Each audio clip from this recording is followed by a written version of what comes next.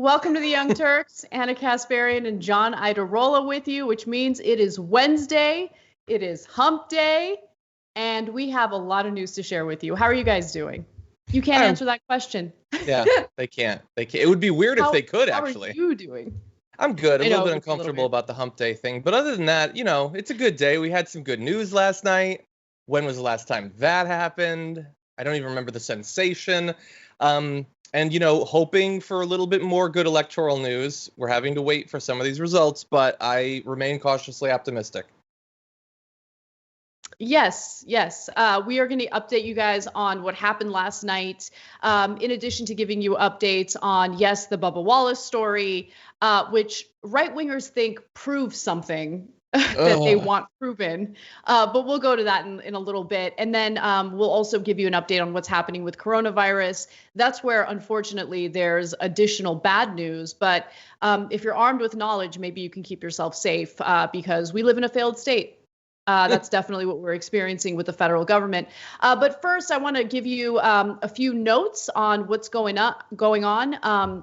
Shop TYT is celebrating its Member Appreciation Week. And so there are all sorts of like cool promos going on. So for instance, since we're on day 3 of Member Appreciation Week at Shop TYT, if you buy what I personally believe is the best product on the Shop TYT store, the Heather hoodie, that's the one that has thumb holes and the pocket within the pocket.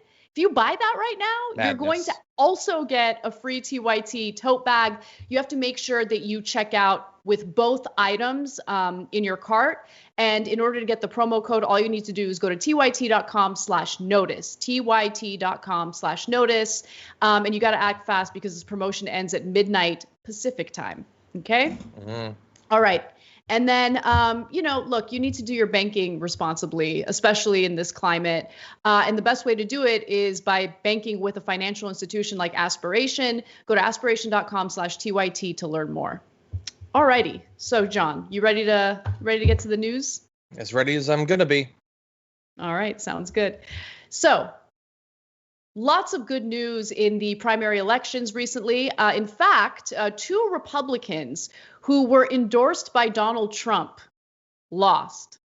They lost. That is good news because it shows some wavering support among Republican voters.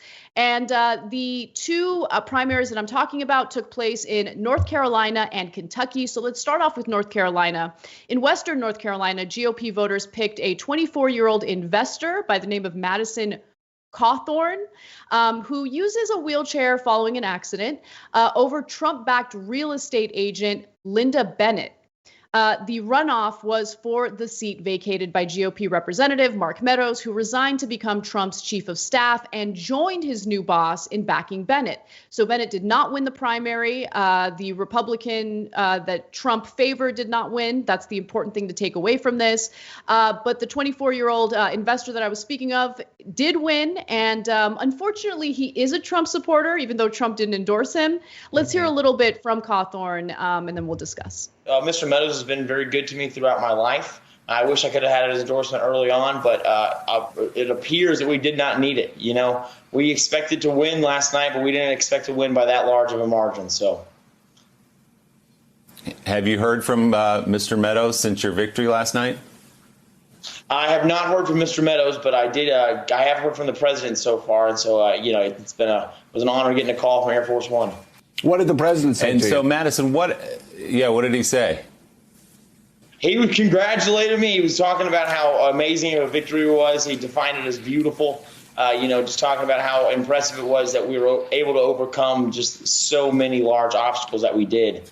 And so I really appreciate where we're at right now. I believe, you know, the president recognized that we ran a campaign that was very difficult to beat, and also that we're someone who can really help ease this partisan divide that's going on in our country right now.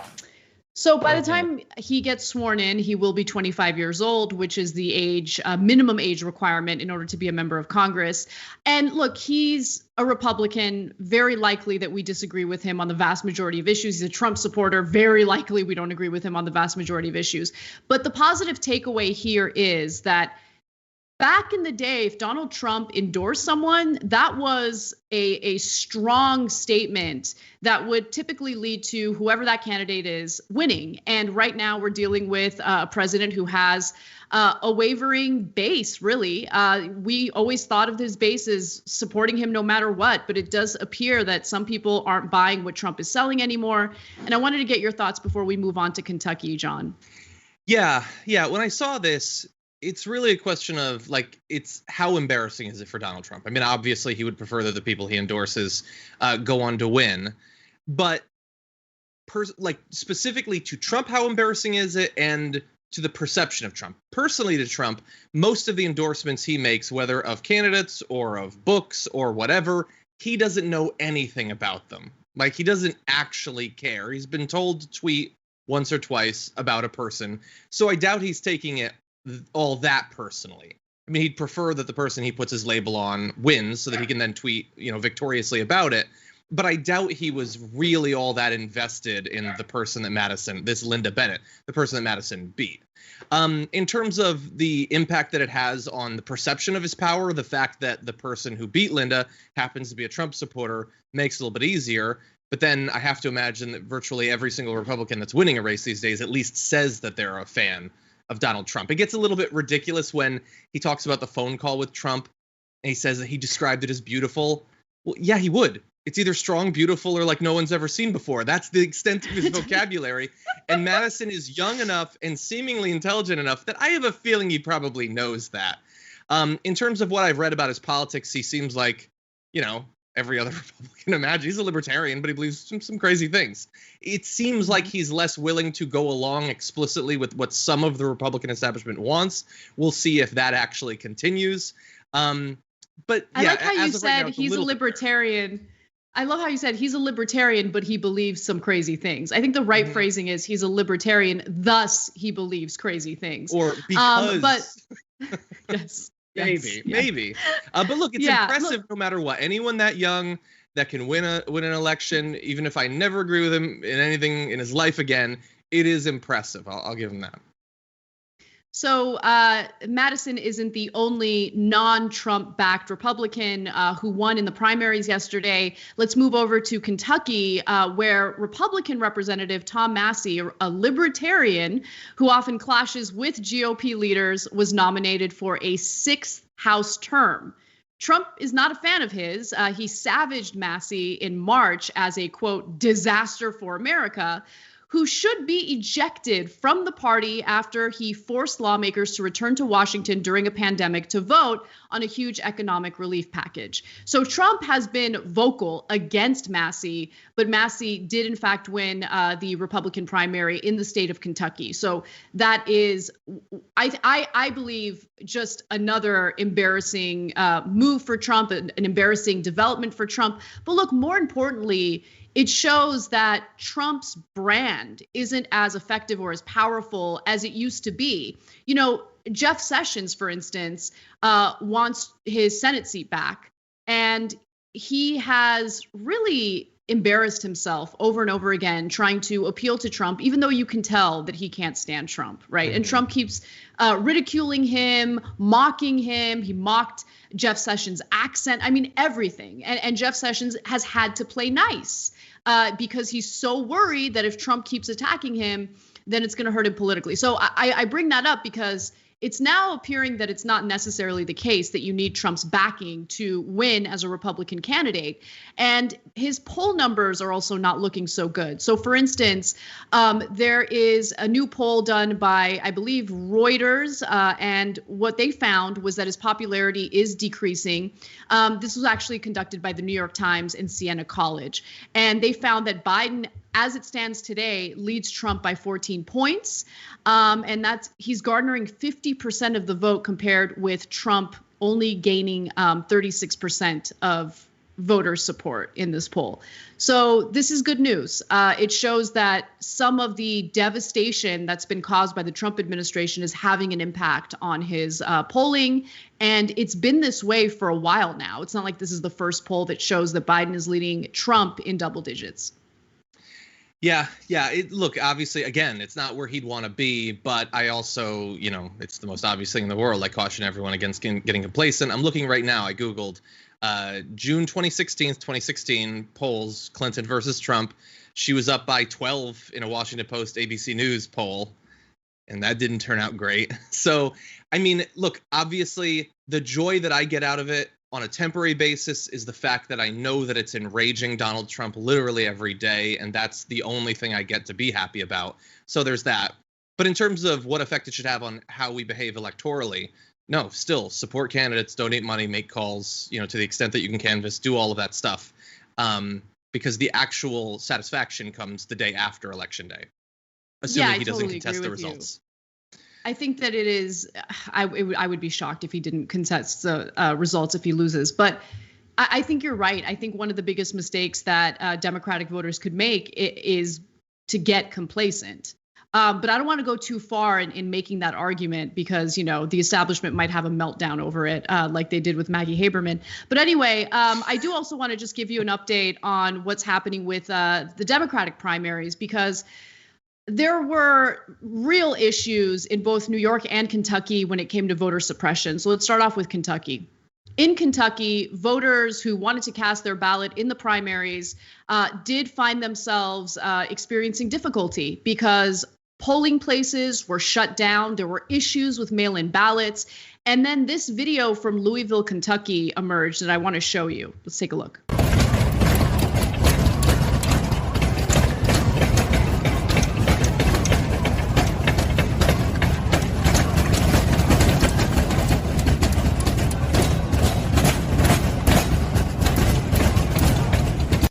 So that video, while pretty devastating because it shows how difficult it was for some people to vote in Kentucky, it does give me a lot of hope because those are incredibly enthusiastic voters who are not going to be stopped from casting their ballots. And so eventually they were able to get the doors open so they can enter the building and vote. Let's take a quick look at that. Gotta be in line. Keep going.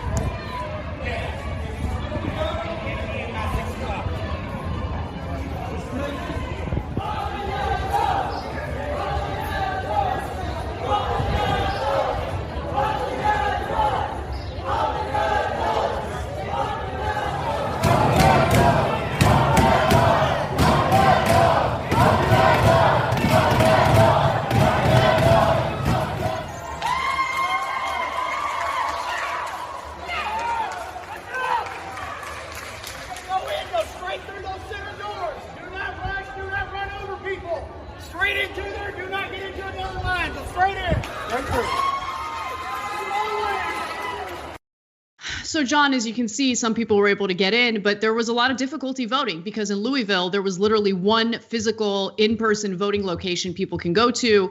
And officials in Kentucky argued that they did this. They shut down the vast majority of voting locations in Kentucky in response to COVID. But I don't know, it kind of sounds like a bad idea to cram a bunch of people into one area to vote.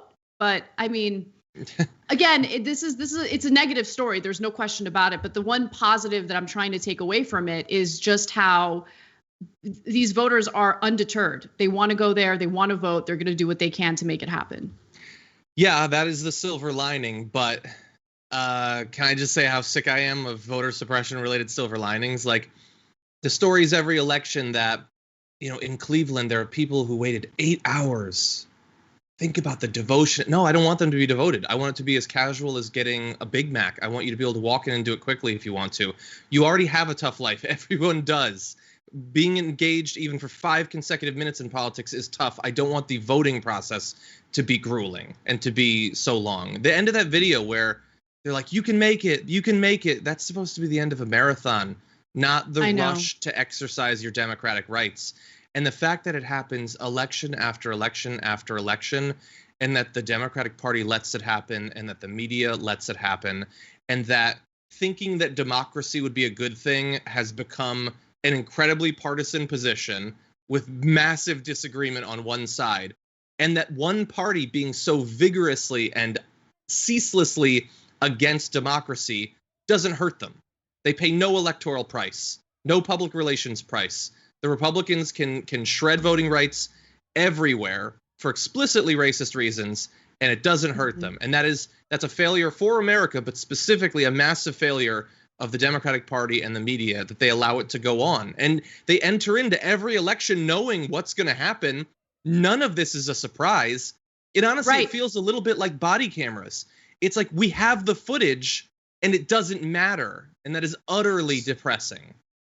It is depressing. And just to give you a little more context into the videos that we just showed you. So basically, people were waiting in outrageously long lines in order to vote. And then while people were still waiting in line, the polling location closed at 6 p.m., which is why people were banging on the doors, demanding that they be let in. If you see people who have been waiting in line for literally hours and you decide that you're just going to shut down the polling place at 6 p.m., yeah, you should be met with that type of resistance and with that type of rage. And I just want to bring up something that's been frustrating, to say the least, when it comes to the squirrel that Americans are directed toward, while actual democracy, our democratic process, is being threatened, it's being violated. I don't care to engage in a debate about the flag and whether or not people should be allowed to burn it.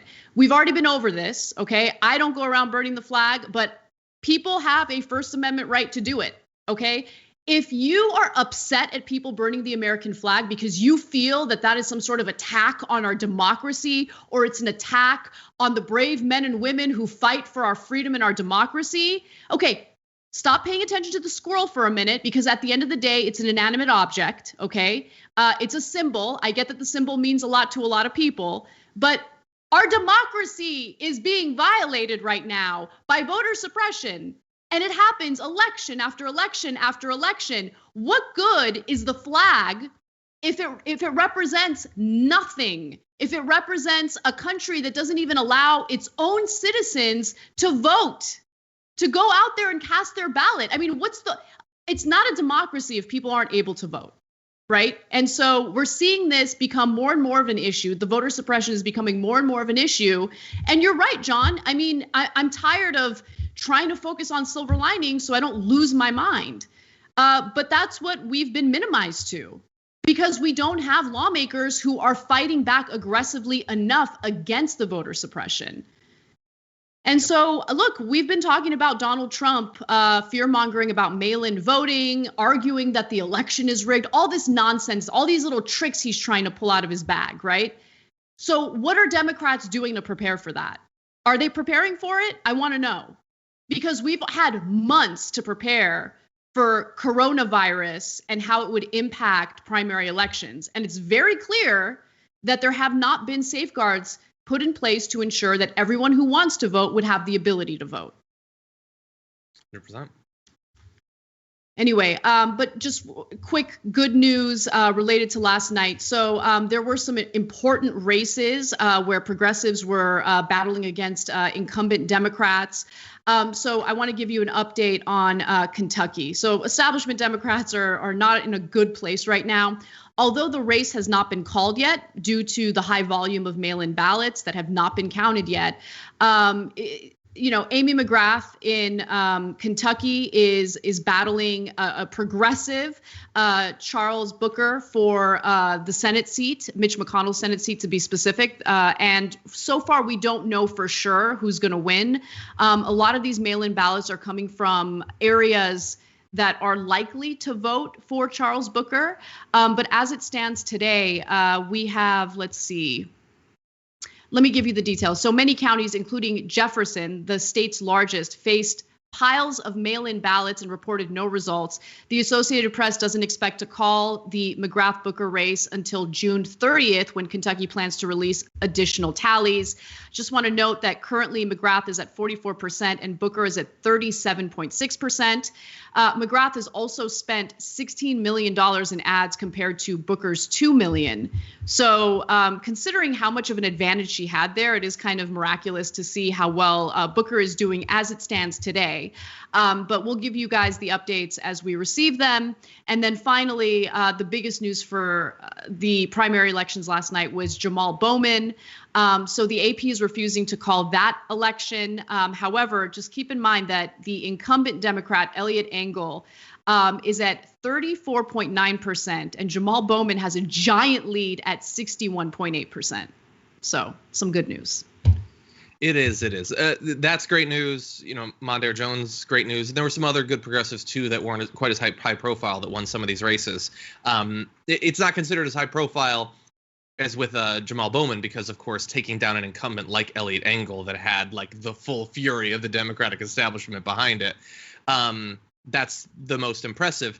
The thing that worries me the most isn't necessarily the result that will come out of Kentucky. No matter what, even if Charles Booker comes up short and it still looks like he could potentially win, it was an amazing showing and certainly bodes well for future runs that he'll engage in.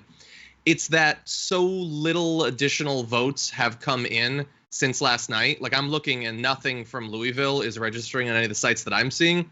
And the thing is, structurally, I don't know of any reason that counting these early and absentee votes would be faster in the general election than it would in these primaries, which means we're used to knowing on election night who won the presidency. But it's looking like we're probably not going to know. And do you really want to go to sleep that night not knowing if Trump won re-election? I probably won't. But I mean, that's not rare these days.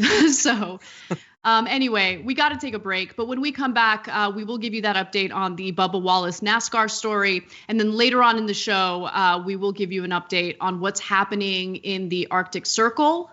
Climate change is a disaster and no one's talking about it, except for maybe you, John. So we'll talk about that and more when we come back.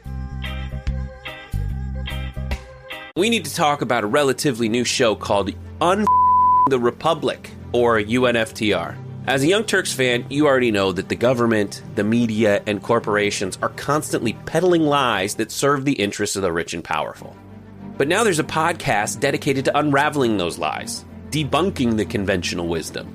In each episode of the Republic, or UNFTR, the host delves into a different historical episode or topic that's generally misunderstood or purposely obfuscated by the so-called powers that be, featuring in-depth research, razor-sharp commentary, and just the right amount of vulgarity. The UNFTR podcast takes a sledgehammer to what you thought you knew about some of the nation's most sacred historical cows. But don't just take my word for it. The New York Times described UNFTR as consistently compelling and educational, aiming to challenge conventional wisdom and upend the historical narratives that were taught in school. For as the great philosopher Yoda once put it, you must unlearn what you have learned. And that's true whether you're in Jedi training or you're uprooting and exposing all the propaganda and disinformation you've been fed over the course of your lifetime. So search for UNFTR in your podcast app today and get ready to get informed, angered, and entertained all at the same time.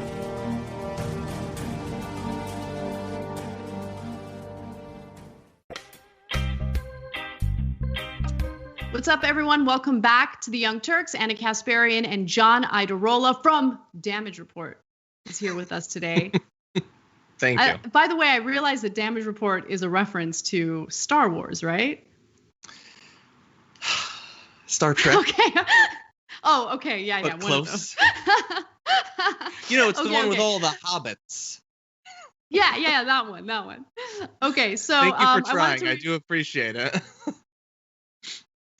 Look, maybe I need to give Star Trek another shot because I used to think I wasn't into Lord of the Rings, and then I started watching Lord of the Rings like years later and ended up loving it. So I'm gonna give Star Trek another shot.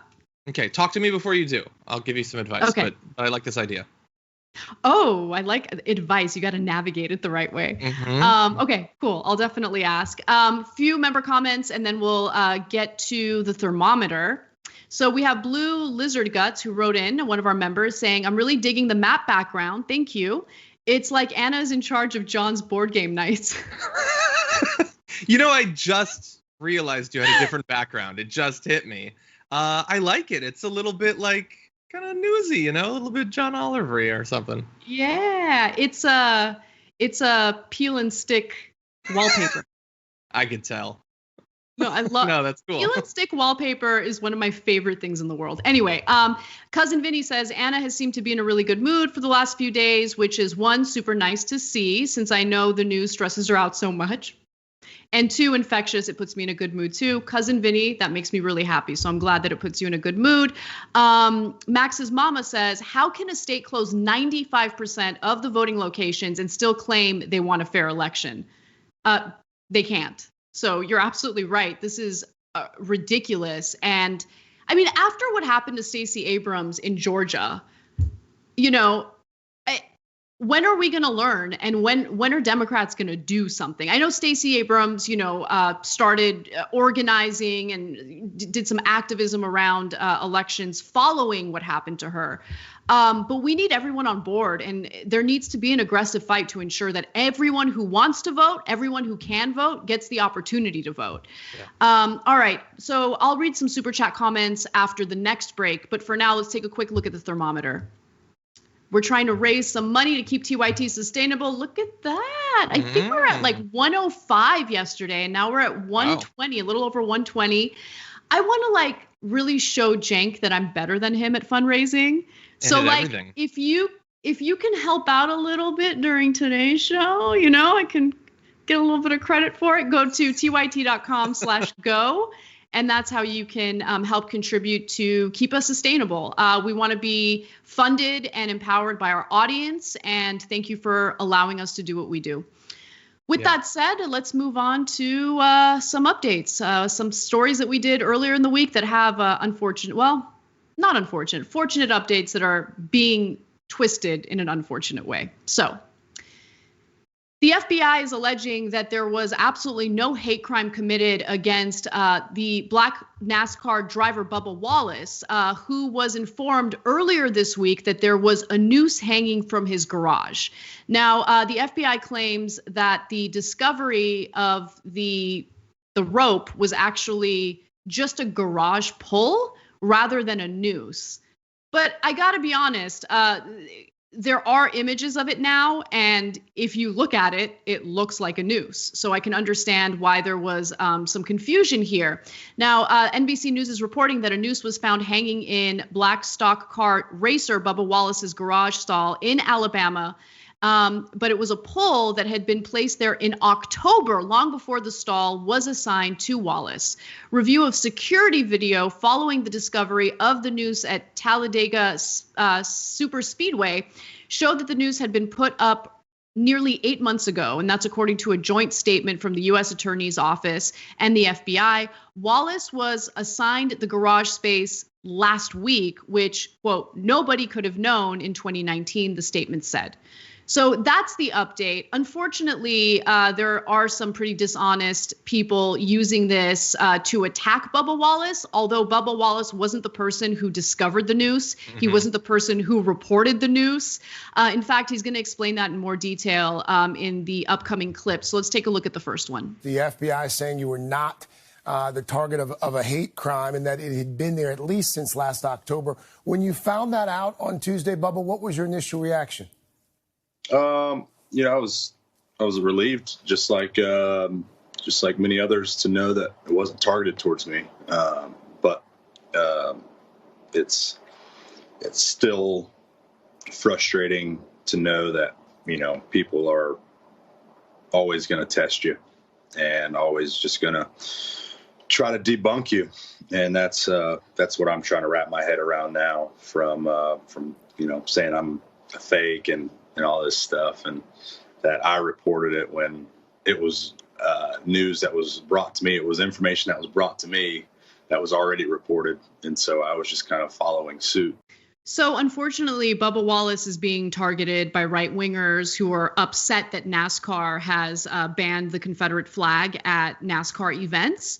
Bubba Wallace was outspoken about that. And so I think that some dishonest people are using this update to the news story to basically attack him and attack his character.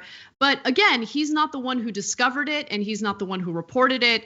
The person who first reported it to Wallace was NASCAR President Steve Phelps.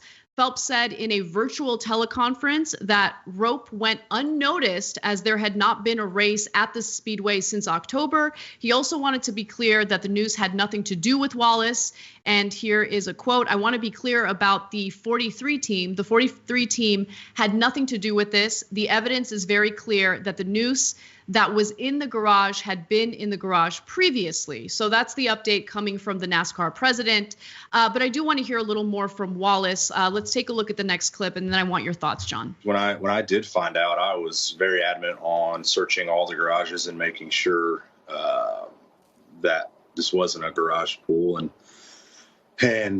ended up being one. But the photo evidence that I've seen and that I have in my possession of what was in our garage is exactly a garage pool. It is. That is a noose. So it's, it's, I don't know when we'll get to the point to release that image, but it's, anybody sees it, then it's alerting, and it makes the hair on the back of your neck stand up for sure.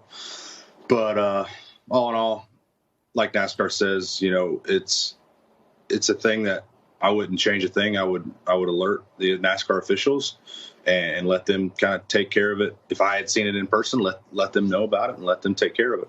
So, John, look, given today's climate, it's not shocking to find a noose, which is why so many people probably believed it to be a noose. Like whoever discovered it, the NASCAR president reporting it, there's the photo. So, I mean, I can totally understand why someone would see that and think that, hey, that looks like a noose, because it looks like a noose.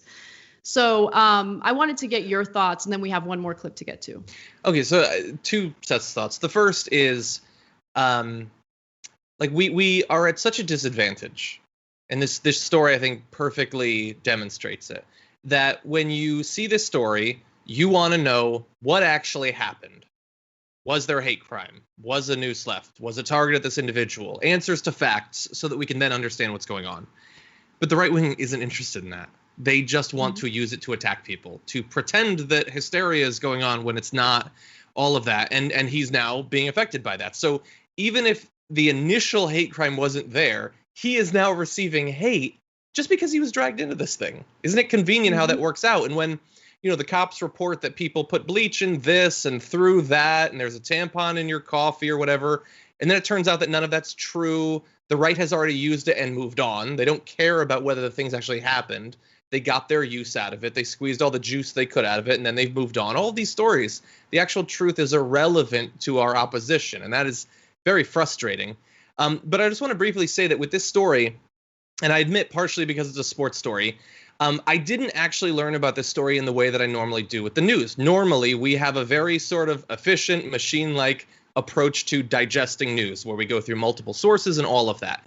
With this, I didn't initially. I sort of followed it like I imagine a lot of people who are really distracted and don't have a ton of time where they're contractually obligated to follow the news did. And my experience was complete bewilderment as to what the actual facts were, because every update seemingly fundamentally shifted what the story of the story was.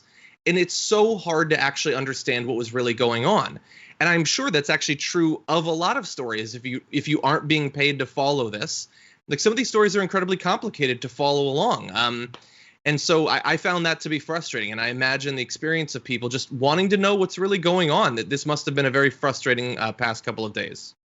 Yeah, especially for Wallace, above anyone else. And he shares a little bit of that in an interview with Don Lemon. Let's watch. Is that typical?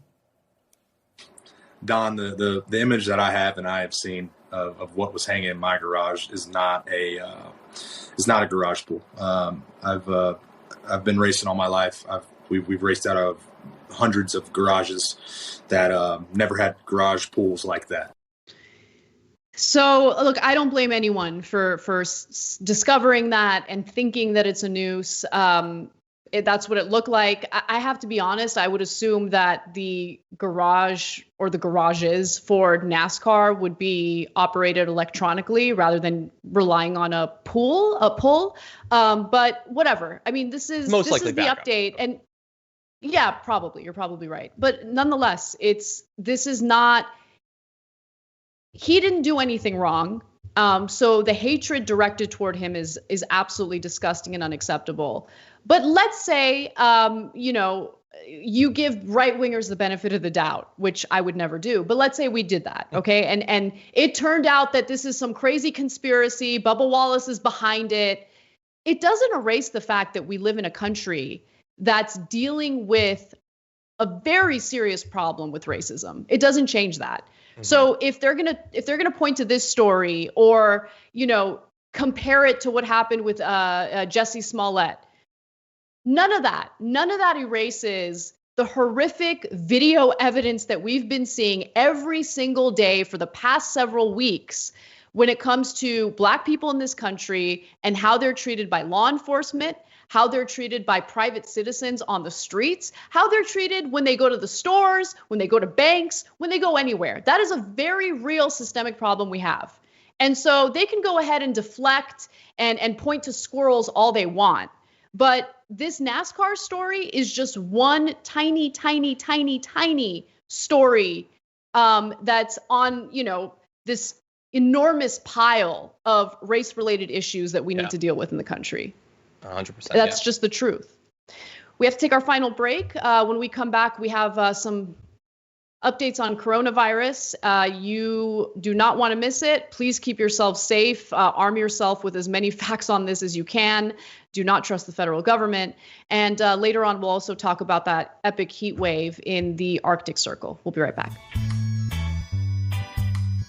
At TYT, we frequently talk about all the ways that big tech companies are taking control of our online lives, constantly monitoring us and storing and selling our data. But that doesn't mean we have to let them. It's possible to stay anonymous online and hide your data from the prying eyes of big tech. And one of the best ways is with ExpressVPN. ExpressVPN hides your IP address, making your activity more difficult to trace and sell to advertisers. ExpressVPN also encrypts 100% of your network data to protect you from eavesdroppers and cyber criminals. And it's also easy to install. A single mouse click protects all your devices. But listen, guys, this is important. ExpressVPN is rated #1 by CNET and Wired magazine. So take back control of your life online and secure your data with a top VPN solution available, ExpressVPN. And if you go to expressvpn.com/TYT, you can get 3 extra months for free with this exclusive link just for TYT fans. That's expressvpn.com/TYT. Check it out today. What's up, everyone? Welcome back to TYT. I'm going to read some super chats, but before I do so, we get Twitch questions and comments now because we're on Twitch like all the cool kids. And I don't know what this means, but I'm in favor of it. Obi Mom Kenobi 7 writes in and says, donated 300 bits with the message, bits for Anna. I like bits. Yeah, bits are great. I don't know what they are, but it sounds fun. It's like a digital currency thing. That's awesome. Thank you. Yeah, very nice one. Does digital currency like translate to real currency, or is it just like I can buy like avatars and stuff with it? No, I think it does. Not for you or me, but for someone, yes. If it's to keep this place going, then that's fine. I'm okay with that. Exactly. And by the way, I don't know if you noticed, but the person who sent in the bits, Obi Mom Kenobi, that's another Star Trek reference. So yes. And by the way, somebody also wrote in regard to Star Trek and said Star Trek is the most. This is from Nigel. Star Trek is the most social. Wait, am I wrong? Were you kidding? I was joking. It's a Star Wars reference. You were so enthusiastic. Oh my God, I'm the worst. I can't believe you trolled me like that. Nigel from our member comments says Star Trek is the most socialist show ever. Many don't realize it takes place after society fell under capitalism. It takes place in a Marxist utopia if you pay attention. Yeah. Okay, now I'm gonna have to watch it. Now I'm super interested. There are some issues. Racially, there are some issues with the show historically, but economically and in terms of that, the message is very good. All right, and then super chat comments, because I promised. Charles wrote in saying, "What are your thoughts on the rumors of Karen Bass being vetted as Biden VP pick?" This is the first I'm hearing of it, to be honest. So give me some time to process it, and I'll come back with a strong opinion after I'm fully informed about it. Miguel says, "I'm sending you so much money because the whole world sees Americans as neoliberal latency fascists, and you prove to me that this is not true. Do not disappoint the world." Miguel, thank you. That's really sweet. And Peter Hamby says, "Of course we can, Anna. We do it here in the YouTube live channel, and seeing progressive candidates stepping up to the plate is hope for the future." I totally agree. Thank you so much. All right, well, let's get to some coronavirus updates. Donald Trump's approval rating on how he has responded to the pandemic is not good. In fact, he has reached a new low, according to a new Reuters Ipsos poll. Only 37% of Americans approve of the way Trump has responded to the health crisis, the lowest percentage since the poll began asking the question in early March. Of those surveyed, 58% of Americans responded that they disapproved of how Trump has reacted to the pandemic. Now, if everyone's paying attention to what's happening to the country right now, I argue that number should be much higher. But still, the majority of Americans are unhappy with how he's handled coronavirus. Just 43% of GOP voters said they thought the country was headed in the right direction, the lowest recorded level since Trump took office in January of 2017. Now, one of the issues with how Trump has handled coronavirus, and believe me, there have been many issues, has been the confusion and the chaos after he admitted during his Tulsa rally that he wanted to slow coronavirus testing down because, of course, that would suppress the numbers and make it appear as though we're defeating coronavirus when in reality we're not. And so if you don't believe that Trump wanted to slow down coronavirus testing, we have some more evidence that he does, in fact, want to do it, has wanted to do it. He's actually, as coronavirus cases are spiking in the country, defunding community testing efforts. So according to The Hill, Trump's administration is ending its support for 13 coronavirus testing sites across the country at the end of the month, including 7 in Texas, as COVID-19 cases continue to spike in a number of areas nationwide. We now have dozens of states that have seen a spike in coronavirus cases. Let me give you some statistics that are pretty terrifying. 4 of the 7, by the way, Texas sites in jeopardy are in Houston and Harris County, which public experts say could become the area worst hit by coronavirus. Now, Texas's case count has been rising since Memorial Day, with the state breaking records for its daily new case count on Monday and Tuesday, with 4,760 new cases and 5,080 new cases, respectively. So the numbers are just devastating. We're seeing it all across the country right now. The number of new cases nationally, for instance, is above 30 per day. And that was over the weekend after having leveled off at 20,000 per day for a week. So we're now at 30,000 per day. Earlier, when we were flattening the curve, we would get about 20,000 roughly new cases a day. Sorry, I'm a little bit confused. I'm trying to square a couple things that you said. So he's shutting down the testing places, and you said that the numbers are too high. The numbers are going to go down once we stop testing people. I don't understand. What exactly is it that you want? He's dealing with your problem.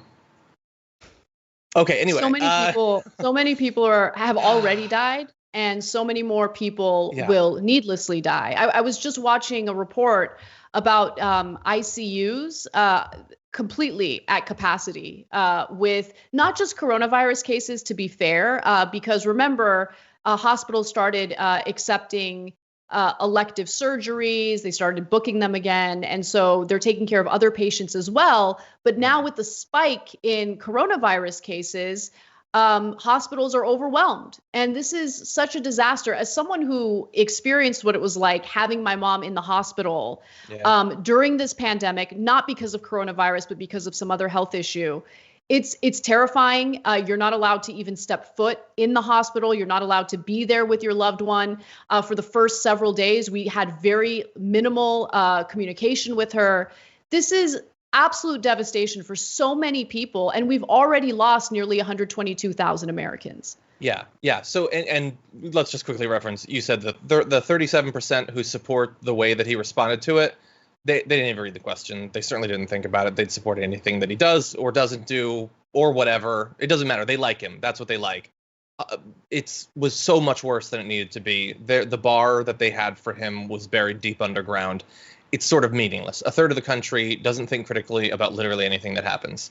But yeah, in terms of when he did the, I want them to slow down the testing thing, and like we talked about it, that's the sort of thing where, I don't know if you experienced it, Anna, but I'm sure you've experienced it for things like this.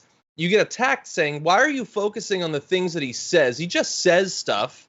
Yeah, and then he changes federal policy to actually slow down the testing.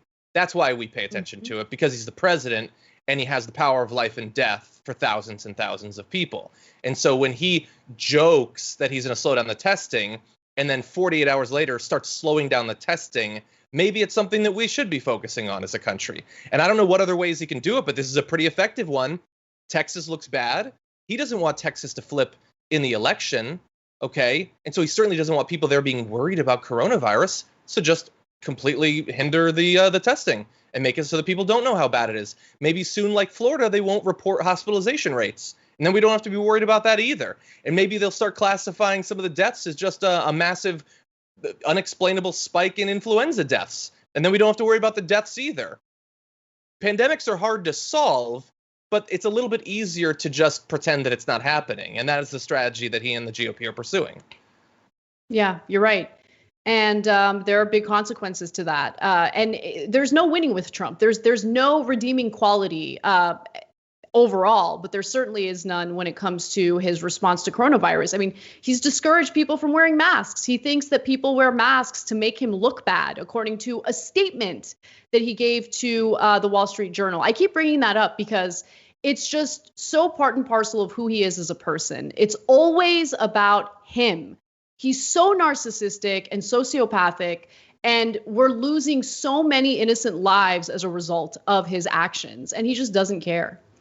All right, well, I promised you a climate change story, and I definitely want to do it. So I'm going to skip ahead to that, guys, and just discuss this heat wave in the Arctic Circle. So Siberia is experiencing a triple-digit heat wave, giving us a glimpse into the future of the Arctic. Now, the Arctic Circle overall is experiencing this heat wave. For instance, much of Russia, by the way, has been facing a heat wave in recent days, with multiple locations reporting temperatures as high as 113 degrees on June 19th.